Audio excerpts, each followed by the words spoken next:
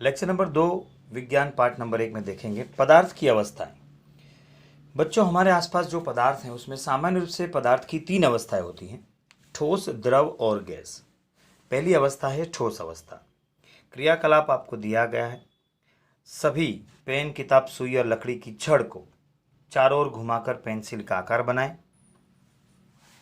और इन निश्चित आकार, स्पष्ट सीमाएं तथा स्थिर आयतन है कि नहीं यह चेक करेंगे। इन पर हथौड़ा मारने, खींचने या गिराने से क्या होता है, इनमें एक दूसरे पर विसरण संभव है या नहीं, बल लगाकर इनको संपीड़ित करने का प्रयास करें क्या होता है।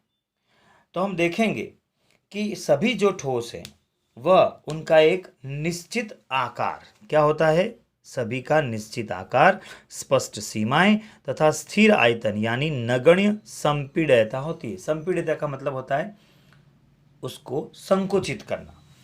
बाह्य बल लगाने पर ठोस अपने आकार को बनाए रखते हैं। बल लगाने पर ठोस टूट सकते हैं, लेकिन इनका आकार नहीं बदल सकता, इसलिए क्या होते हैं, दृढ़ होते हैं। ये सब इनके क्या हुए, गुणधर्म हुए।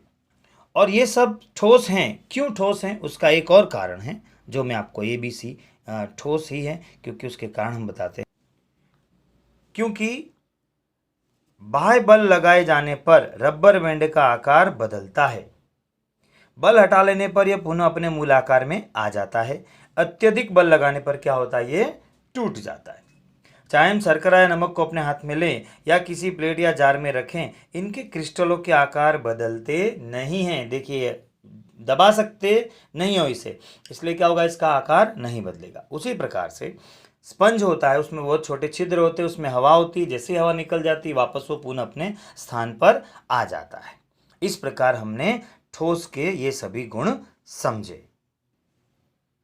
अब आती है बच्चों द्रव अवस्था।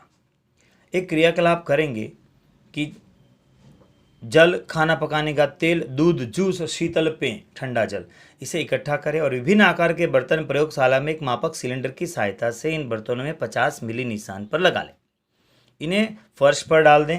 किसी एक द्रव का 50 मिली माप कर विभिन्न बर्तनों में क्रमशः एक एक करके डालें तो क्या होता है, बार बार आयतन एक समान रहता है। क्या द्रव का आकार एक समान रहता है? द्रव को एक बर्तन में से दूसरे बर्तन में उड़ेलने पर क्या आसानी से बहता है? हम अवलोकन से पाते हैं कि द्रव का आकार नहीं है लेकिन आयतन निश्चित है। जिस बर्तन में इन्हें रखा जाए तो ये उसी का आकार ले लेते हैं। द्रव में बहाव होता है और इनका आकार बदलता है, इसलिए दृढ़ नहीं है लेकिन कैसे हैं, तरल हैं। दोनों क्रियाकलाप के संदर्भ में हमने देखा कि ठोस और द्रव का विसरण द्रवों में संभव है। वातावरण की गैसें विस्तृत होकर जल में घुल जाती हैं। ये गैसें विशेषतः ऑक्सीजन और कार्बन डाइऑक्साइड जलीय जंतु तथा पौधों के लिए अनिवार्य होती है। उसी प्रकार से हम देखेंगे कि सभी जीवधारी अपने जीवन निर्वाह के लिए श्वास लेते हैं। जलीय तंतु जल में घुली ऑक्सीजन के कारण श्वास लेते हैं। इसी तरह से हम इस निष्कर्ष पर पहुंचते हैं कि द्रव में ठोस, द्रव और गैस तीनों का विसरण संभव है। ठोसों की अपेक्षा द्रवों में विसरण की दर कैसी होती है, अधिक होती है। क्या होती है, फिर से मैं कह रहा हूं, ठोसों की अपेक्षा द्रवों में विसरण की दर अधिक यानी ज़्यादा फैल सकते हैं। ऐसा इसलिए है क्योंकि द्रव अवस्था में पदार्थ के कण स्वतंत्र रूप से गति करते हैं और ठोस की अपेक्षा द्रव के कणों में रिक्त स्थान भी कैसा होता है, अधिक होता है। ये हो गई हमारी द्रव अवस्था। अब हम सीखेंगे गैसीय अवस्था के बारे में। गुब्बारे वाले को ध्यान दीजिए, एक ही सिलेंडर में बहुत सारे गुब्बारे में हवा भरता है, तो एक सिलेंडर से वह कितने गुब्बारे भरता है उससे पूछ के हम इसका क्रियाकलाप करेंगे। अब हम सिरिंज लेंगे, 100 मिली सिरिंज की 3 सिरिंज लें, उसके नीचे सिरे को रबर के कॉक से बंद करें जैसा कि चित्र में दर्शाया गया है। रबर के कॉक से बंद किया। सभी सिरिंजों को पिस्टन हटा ले, इसको पिस्टल बोलते हैं ऊपर का, उसको हटा लिया। पहली सिरिंज में हवा रहने दें, दूसरी में जल और तीसरी में चौक का टुकड़ा भर दें।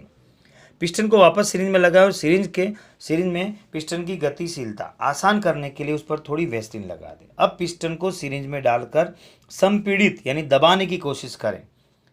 अब हम दबाएंगे, देखते हैं हमने क्या देखा। हम ये देखते हैं कि जिसमें चौक का टुकड़ा डाला था वो ज़्यादा अंदर तक नहीं घुसी, जबकि जिसमें हमने जल डाला था वो थोड़ी सी दबती है, संपीड़ी होती है, और जिसमें हवा थी केवल वो ज़्यादा तक अंदर तक जाती है। इसका मतलब हवा में संपीड़िता का गुण अधिक है। अब हम देखेंगे एलपीजी और सीएनजी के बारे में। एलपीजी यानी लिक्विफाइड पेट्रोलियम गैस, द्रवीकृत पेट्रोलियम गैस, या अस्पतालों में दिए जाने वाले ऑक्सीजन सिलेंडर में संपीड़ित गैस होती है। आजकल वाहनों में जो सीएनजी है, संपीड़ित प्राकृतिक गैस, उसका उपयोग होता है।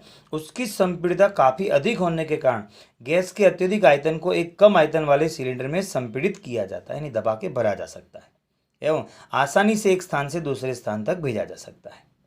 इसी प्रकार हमारी नाक तक पहुंचने वाली गंध से बिना रसोई में प्रवेश किए ही हम जान सकते हैं कि क्या पकाया जा रहा है। ये गंध हम तक कैसे पहुंचती है? खाने की गंध के कारण कण वायु में मिल जाते हैं और रसोई से फैलकर हम तक पहुंच जाते हैं।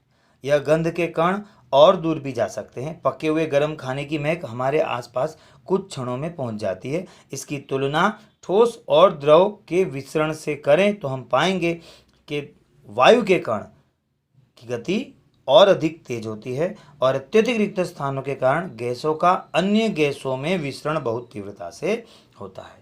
यह पूरा का पूरा टॉपिक आपको गैस के यानी वायु के बारे में हम जल्दी से जल्दी समझ सकते हैं। उसी तरह से गैसीय अवस्था में कणों की गति अनियमित और अत्यधिक तीव्र होती है और इस अनियमित गति के कारण ये कण आपस में एवं बर्तन की दीवारों से टकराते हैं और बर्तन की दीवार पर गैस कणों का द्वारा प्रति इकाई क्षेत्र पर लगे बल के कारण गैस का दबाव बनता है। अब इस पर से ये प्रश्नों के उत्तर हैं। ये सभी प्रश्नों के उत्तर आपको करने हैं और अपनी बुक में लिखने हैं सबको। ओके, भोले बाबा की जय।